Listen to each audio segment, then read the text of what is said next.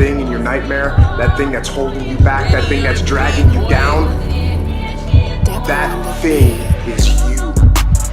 You will not outwork me. And the whole gig is just a giant hustle. That's all it is. Life is just a hustle. That's all life is. One giant hustle. All right, what is up? Welcome back to the channel. So it is race weekend. Not racing for me, but we're testing. So what do we got to do? We're doing a couple things. We're actually filming, I think, 3 videos today. So you'll see some stuff in this video that will have its own video, such as taking care of the alternator. So we're going to get alternator charging at its full potential. There will be a separate video on how to wire the alternator for a Coyote, factory OEM alternator Ford, with the Holley Dominator, and get your Dominator to control the exciter wire, basically, on the alternator to get it charged at its full potential. So then we're going to be separate videos, but we're going to get all that handled. John also shot me the dreaded text message this morning that we need to put new plugs in the car. And it's dreaded because I am broke. Okay, I'm trying to dig out of that hole still. For some reason, that credit card, I cannot get that race car credit card down below $3,000, y'all. That thing will get like right to $3,000, $3,100, and then next thing you know, it's back to $38, $39. Now I think it's down to $34 and $33. And then John texts me, hey, we need plugs. There goes another $100, right back up to $35. So the threes are killing me on that credit card with this car. I just want that thing paid off, but we're trying to move forward and make progress. So let's get after it, and let's get some stuff done. Today's Friday. I just got home from work. We closed at 11, and the goal is to have everything done so I can relax Saturday morning, big breakfast, bacon, eggs, grits, toast. Y'all know the deal. And then load the trailer up, head out of town about 2 o'clock. Track goes hot at 7. So let's roll. All right, so we've got all of our alternator stuff wired up, and like I said, it has its own video on how to do this, so make sure you browse my channel for the Holley Dominator and Holley alternator video, because that's a whole monster within itself. We've got everything wired up, and we are going to put everything back together. One thing I do want to do, either when it gets cooler or we stop racing for the 3 days of winter that John doesn't race, it feels like 3 days sometimes. He don't actually take much downtime.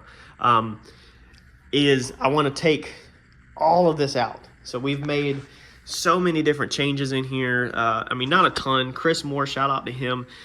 He wired the car as, you know, just a buddy helping a buddy. He doesn't do it for a living, but he did an amazing job. He got this car up and running, and it was just really good all around. But then we went back and we added the air shifter stuff. We went back and added a couple other things. I just overlaid the alternator stuff. So I want to just pull all of this out and completely just reorganize stuff, lay out the wires correctly, and just make it different. I want to make it so that the shifter's easier to get out the way, the console's easier to get out of the car, and then the wires are just laying all on top of the trans tunnel where they're nice and easy to get to. I'd love to put a bigger trans tunnel in here.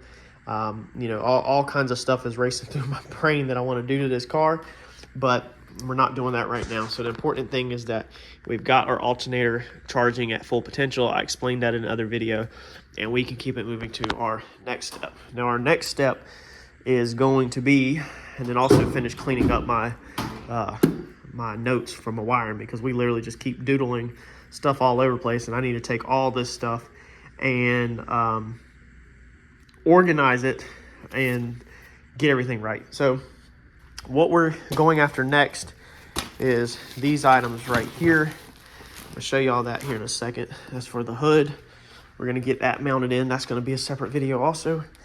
But these are the guys that we are working on right now. All right, so these items are going to be our next focus. So if you recall, if you're OG of the channel and you've been here for a while, is I purchased this battery whenever we first built this car. However, I had a couple of issues on that first dyno run at TKM, if you remember, and we blew the motor up, and we couldn't get the car to crank before we took it to TKM, and so we needed TKM basically to do the startup tune and sort things out. There was a lot of mistakes made on my part, and just of the setup and everything like that of getting this car started.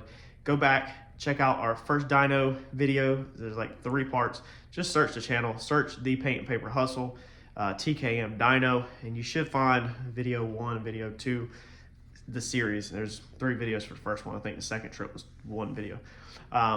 But we had that battery in the car, and before we went to the dyno, we could not get this thing to crank at the house.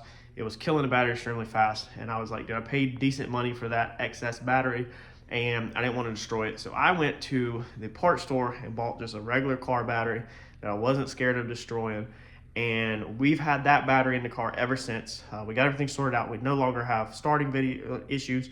Car fires right up, but we have not put that battery back in the car since then because I wanted to make some changes. So what we have done is when we redid this trunk back here to put our weight in, if you remember a few videos back, we put these studs in here to run weight. We're not currently running any weight. We had to move our battery. Our battery box, we originally had an actual battery box and it was sitting in here like this, and I got tired. I never had the lid back on it. We don't really get teched down south. I do have a closed off firewall up there, so I technically don't need this battery in a battery box, even if you were going to get teched, being my trunk is sealed off from the actual driver's compartment. So we used in the spur of a moment, a tray cut up out of an F-150. This is F-150 factory tray. Battery doesn't fit in here perfect, but it's locked in and it doesn't go anywhere. Then I got tired of shoving all of these wires underneath one of these crappy terminals, these cheap crappy terminals. So what I did was I stacked another terminal, if you recall in that video, on top of this terminal, and I said, this is temporary. We're going to go test for that no prep race, and then we're going to change this. So this is what we want to clean up right now. We want to make this more professional and get rid of this crap. This battery, there's nothing wrong with it. It does amazing. This is going to go in the trailer. So we're going to put this one in the trailer. I had originally went with this nicer XS battery because of weight.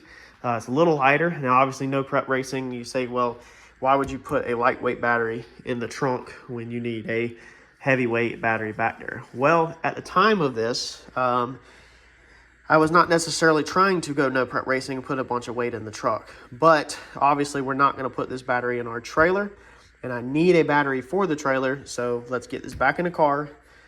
This is a performance battery, and let's use this for the car, and then let's use that cheap car battery for our trailer that we're building outside. We went and ordered some nicer terminals this time also, so this is how these come straight out of the package. Now, I had tried another set of terminals and they didn't work, but these terminals look like they're gonna be perfect. I like these because we can cleanly put the wires in there, and then you got 2 different spots for different size wires. It comes with different sleeves to help determine what wire size you need and everything. I think this is just overall gonna be a nice piece, as long as these little set screws don't vibrate loose. Maybe should put a little Loctite on them. I'm probably not going to. I'm gonna just crank them down. We'll have to just monitor it, and I think we'll be okay. This is kind of for like car audio, but it's gonna look really clean. So I have pushed the insert out of this other one before I started filming, so I can show you. So they got these different inserts for different size terminals. But for mine, my terminal size, this is a bolt-on terminal, so you can actually unbolt this terminal, let's see here, and take this completely off with just one bolt. So it's really nice. So this battery also is just overall just easier to use. Let me show you, just in case you don't know. So you can literally take that whole terminal off like that. But for my terminal to fit over top of this bolt-on terminal that they have here, and y'all are probably gonna be like, dude, that's a lot of different little bolts that can come loose, lots of points of failure. Yeah, you're right, I get it, but that's what we're doing. We don't need that sleeve, so that just goes over. It will go over it perfect like that. And so then literally, instead of loosening this, now you could loosen this if you want, but when I disconnect mine, I'll probably just come right here with this one bolt and just take this whole thing off. So it'll just be one simple straight bolt dead on. You won't have to go in from the side or nothing like that, and it'll be super easy to disconnect this battery and take it out if you need to for working or anything like that. So we'll have both of these on here. That one actually fits with that insert in, I guess, because that's tapered. So you're saying that one's got the insert in it? Oh, no, okay. So for some reason, the negative terminal is a little bit smaller than the positive terminal. So you need your insert for that one. You don't need the insert for this size. So we're gonna get this put in there and cleaned up, but to mount this thing, I did not want to use my battery box. Like I said, I had a traditional battery box that we were using. This one right here that we took out, one of these style, okay? And that's originally I put that in there because I was keeping everything to tech, but you know, respect what you need rules, but we're good now, we don't need that. We're gonna use this right here. Now this is a billet aluminum battery mount. I'm gonna take this out of the package, put it together and show you. This is off eBay for like 35 bucks. For under 40 bucks, like you can get this thing, and it looks really good from what I've seen. So let's open this up and I'll show you how it goes. All right, so the cool thing about this is that these right here are different heights. So you can cut this down if you need it shorter, or if you need it longer, you can just simply go replace it with a threaded rod. I can't remember the size. It says it when you buy it, what you replace it with, but you can, as long as your battery fits this base, you can use different heights because of how all it is threaded rod. It's super simple. So I did like that, even though mine looks like it would be perfectly fine within spec. Might actually have to take some off of this. It'd be cool to take the time right now to polish all this aluminum up to polish aluminum, but it's going in the trunk of a car, you won't really see it. It's nothing pretty, nothing crazy polished or anything like that, but it's cheap. And that's what we like on this channel, is cheap. So you got 3 mounts. These are just going to thread in, it looks like, just straight into the actual plate itself, and then they'll start coming out the bottom a little bit, and then you're going to put your pipes over it, and you're going to put your battery in there, and then you're going to put that over top of the battery, obviously. So let me get all these screwed in here and the battery side in here, and I'll show you how from there. So this is how it's going to go. These pieces are literally just going to go right over top of the threaded rod, but as you can see, mine need to be cut down a little because they're too long. So we need to mark where they need to be cut down and cut them down. Or I imagine you could just run them without. These, I imagine, will allow them so that you can tighten a lot of pressure down on the bolt, but you're not squeezing the actual battery. So you set your height with these, and then that will stop this from going down, but then you can actually crank some pressure down on it to actually get the bolts tight. So it acts as kind of like a stop for safety so you don't crush your battery. But then that will go over it like that. So when these are cut down, I really like this stuff. Like, I really like cheap stuff that works, that looks good. It's gonna be like that. So that should pinch that down just a little bit. You want just a little bit of pressure on the battery. So you want these just a little bit shorter than the actual battery, and that will allow it where it's not gonna move anything. That's the basics. And then you've got 4 holes right here where you can bolt this thing down into the car and then run all your wires nice and neat into it. It'd be nice if we could run them like that. Okay, and then come off of this with a P-clamp to hold them all and feed them over the back. That'd be a really, really good looking setup. So let me get these all cut, and then I'll show you how it's installed in the car. The dimensions on this thing, just in case you want to know, I'll go ahead and drop a screenshot right here. That way you can see, you can measure for yourself and see if it'll work for you, and then the seller information, the title, and everything will be on there, so you can search for it on eBay and purchase it yourself. So let's get this thing installed. All right, so we got our pieces cut down. This is how it looks now. The first time I cut them, my piece was not touching my battery. It was riding on the poles. So I went back, put them all 3 side by side, grinded them down with a grinder a little bit, take a little off of them, and now I have it down low. So I have just a little bit of gap on the 2 rear aluminum pieces, and then this front one has a tiny gap. So it's kind of what you want. It's sitting on the battery right now. That way when we tighten down these nuts on here, and then we can also cut these threaded rods to length to give it a really clean look. When we tighten this thing down, it should lock the battery where it won't go nowhere. All right, so what we've done is we've took some radiator hose and we've actually just slipped them over there. And I was looking at different, if you have it like this and the battery walked, then this would still touch there. You could kind of have it at an angle like that. That'd probably be the best. That way it kind of, with your eyes, it matches this line right here when you look in there. The cables would run over nice and neat right here off the side of the battery and back or forward or wherever they would go. Or you do it like that. and then they would just run off, you know, down if you can get them to curve like that or whatever. I'm gonna have to put it in the trunk and play with it, but we don't want it like that because we don't want the battery to accidentally slide over.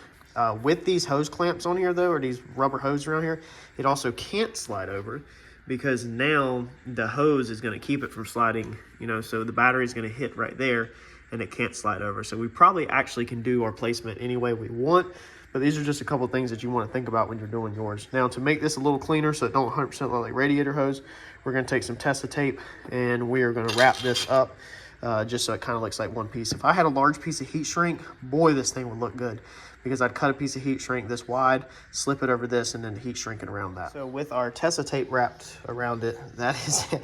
This is a really good setup. I'm really happy with this thing, man. Really happy with it. What we need to do next is probably cut down some of this all thread so it's not so high. And I don't know, maybe we should just leave it the length that it is in case we change to another battery. I'm not sure exactly what I'm gonna do yet, but let's get this thing in the car. All right, so got this all installed. Man, I like this 100 times better. Wires are just cleaner. I know it looks like a bunch of crap to y'all probably, but the negatives come off of here. They go through a nice P-clamp. We're grounded to the cage, and then they cross over, and then sends their way out. Hots come out. Now the hots are a little short. We need to remake this one right here, so we got bigger loop, but I don't want to remake it right now because remember, we have to cut out this whole back half of this car, the floor structure, to get it set up better for no prep. So the battery may be getting moved, and I don't want to have to waste battery cables. So it's good enough right now. It reaches, so we're good to go. These are your holly wires. Very important that they go straight to the terminals, so that holly wire comes up by itself, swoops over. You know, there's your other switch wires. I mean, man, that thing is just that's clean. I like that. It's not overly clean, I guess. It's not ridiculous, but dude, that's way better than that ugly car battery that was in there.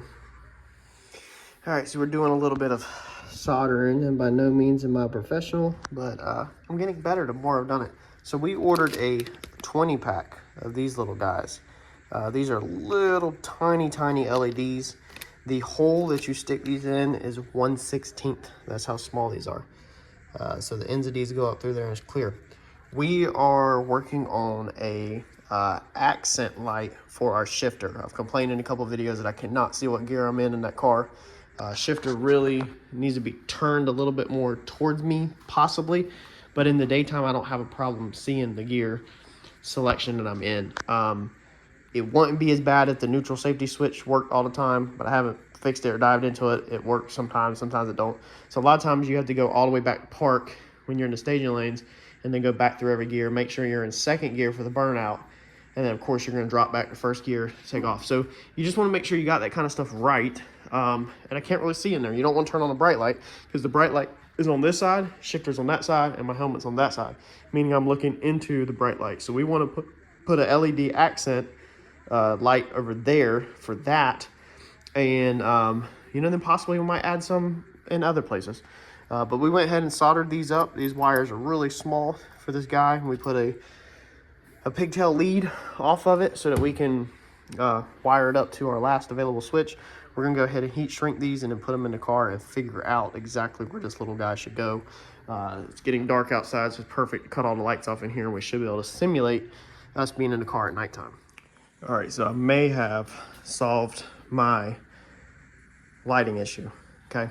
So like I said, we can't see this side very good at night. Like I said, if you turn them lights on, you can't see it. And then in the dark, you can't see it that great what gear you're in. So what I have done is took that little LED, and we're gonna flip on light up here. And now we have made a accent light. So look at that. So hopefully that will light it up enough that we'll be able to see what's going on. And you can open up I turn on the light and see what it looks like. It's just a piece of metal with a heat shrink around it, so it doesn't look tacky. I don't think it looks that tacky. I mean, it's really hard to put a light right there. So at first I drilled a hole right here in the carbon, and it literally just blinds you from looking that way. It just blinds you. So there's just no good way to project a light dead at these things. I've tried to stick the bulb inside here, I try to stick it in here, try to stick it in the top. You can stick it up on the handle, maybe shooting down, but then it's gonna be all tacky up there. I guess I could have made this thing a little shorter, but I really wanted to get it up really close. This will bend, so I can't adjust this at the track once I get it suited. If I don't really, because I don't even have the seat in right now to test it here, but if I don't really like where it's hitting at between rounds, I can't adjust it. I think, honestly, I just don't think it's that bad. Like when you look in here, it's just not bulky. Like it's not, you know, like in your face. Cut the light off back here. And I think it's gonna work perfect for what we need at the track to hopefully help be able to just a little bit more creature comforts, I guess. Obviously, I have been doing perfectly fine as it is, but trying to make the car a little bit more comfortable so that it's easier to enjoy and easier to perfect stuff at the track. So let's start getting this put back together. I think I'm gonna work on, it's getting late, it's after 9 o'clock. I'm gonna go ahead and get my seat put back in, get all this cleaned up tomorrow. I'm gonna vacuum the carpets. Me and Harper's probably gonna wash the car, and then I need to go over here. I got trans bolts put back in earlier because I didn't do that at Randy's shop, the top two. I'm gonna go ahead and put my plug back in, put the Zeus panel back over there, and get all that buttoned up. All right, I know probably a lot of y'all are probably yelling at me if you haven't forgot about it already. And been like, what about this guy right here? Most of y'all, I guarantee you that most of y'all would have jumped straight on putting your smaller pulley on. That's gonna make more power. Man, I just been putting it off because it's gonna look the same. I'm gonna put the pulley on, it's gonna look the same, it's gonna go faster down the track.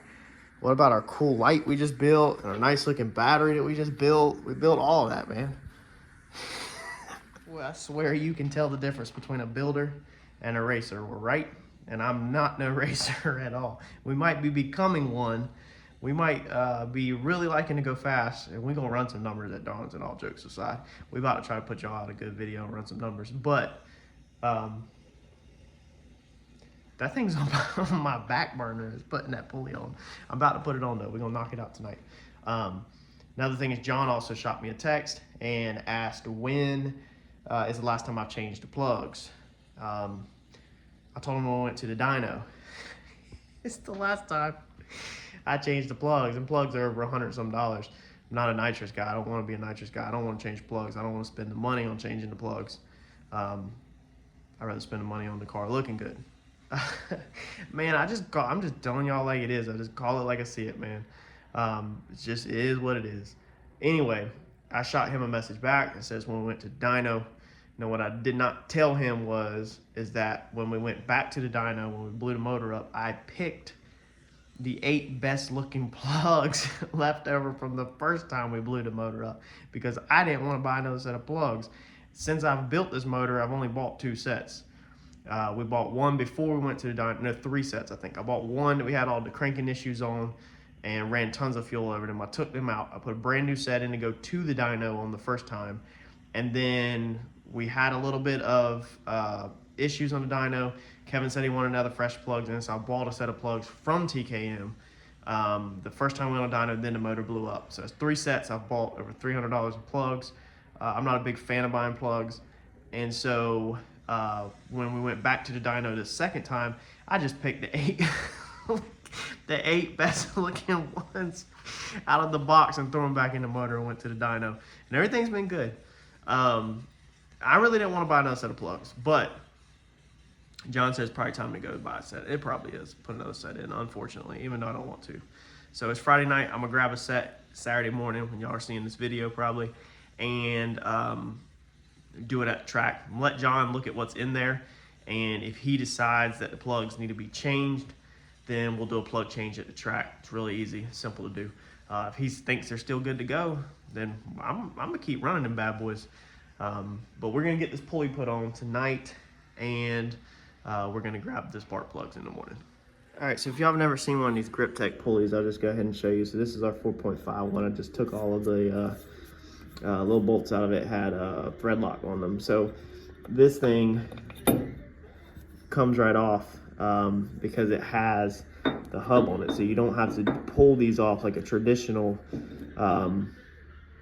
pulley, okay? Now, let's see here. our pulley itself was touching down at TKM the first time due to a little bit of movement.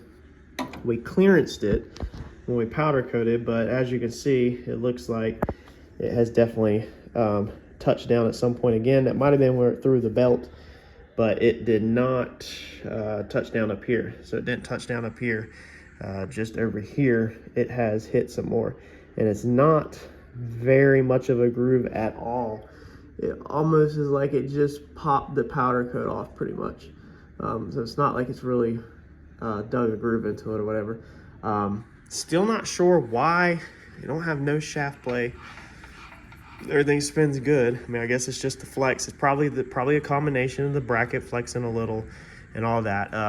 Now all of this is perfectly in line. It doesn't throw the belts at all, besides when it hit the rev limiter them twice at Galot, it threw the belt, and John said it's extremely common when a blower hits a rev limiter that it's gonna throw the belt off. So next time we have this bracket off, I'm very unhappy with my powder coating job. It was terrible. If you go back to the video where we powder coated this blower and this bracket, did it myself using Harbor Freight System.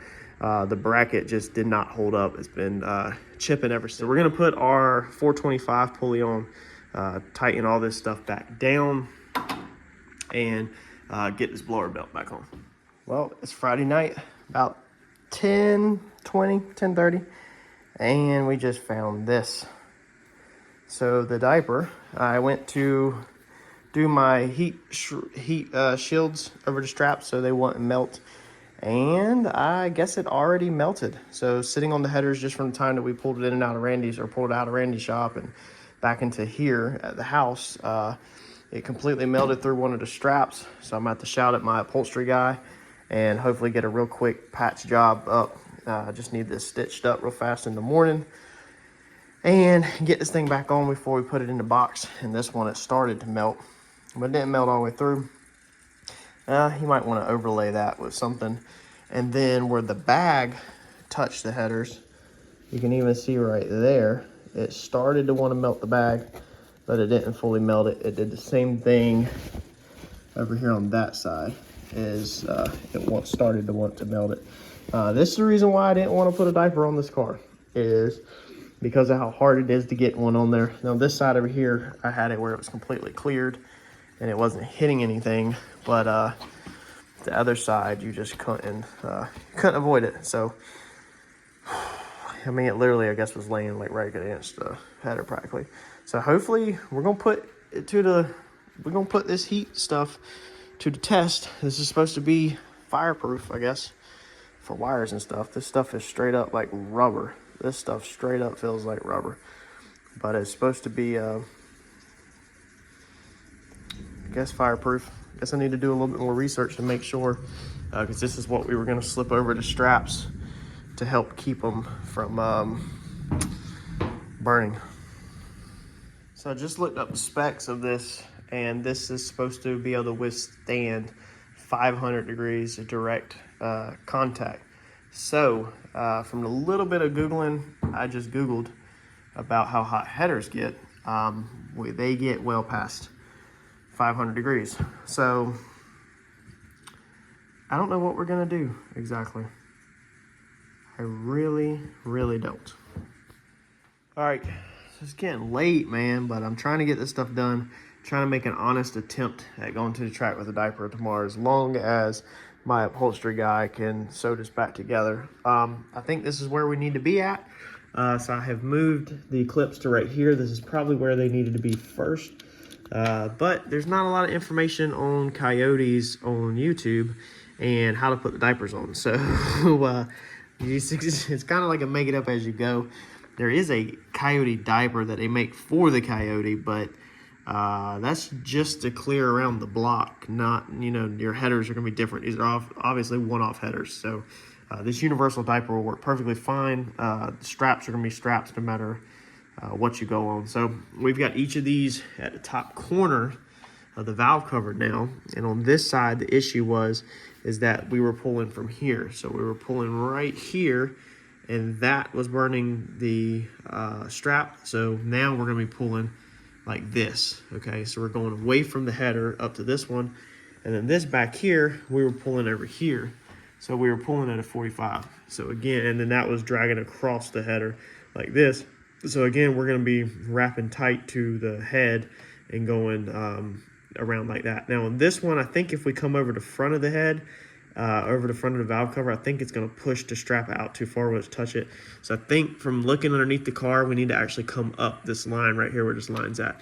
So we'll be able to simply take this buckle like this, and we should be able to go right down there and around and pull that line up to right there. So it's nice and clean, it's symmetrical. I'm actually more happy with this than I was with the first setup, you know, because the first setup I wasn't so happy with. You can see I put nut certs right here because originally I was going to nut cert them down there, but I couldn't get nut certs on that side, and I was like, man, this is going to be too annoying trying to get the straps down there. So I decided to go right on the top of the valve covers, and I think it's going to be the ticket. This side, the way the header is designed, we don't have to worry about. This one pulls straight up and wraps around the starter, so that hugs the block and then it comes up. That's what helps it clear. The header is the starter, keeps the strap against the block on that side.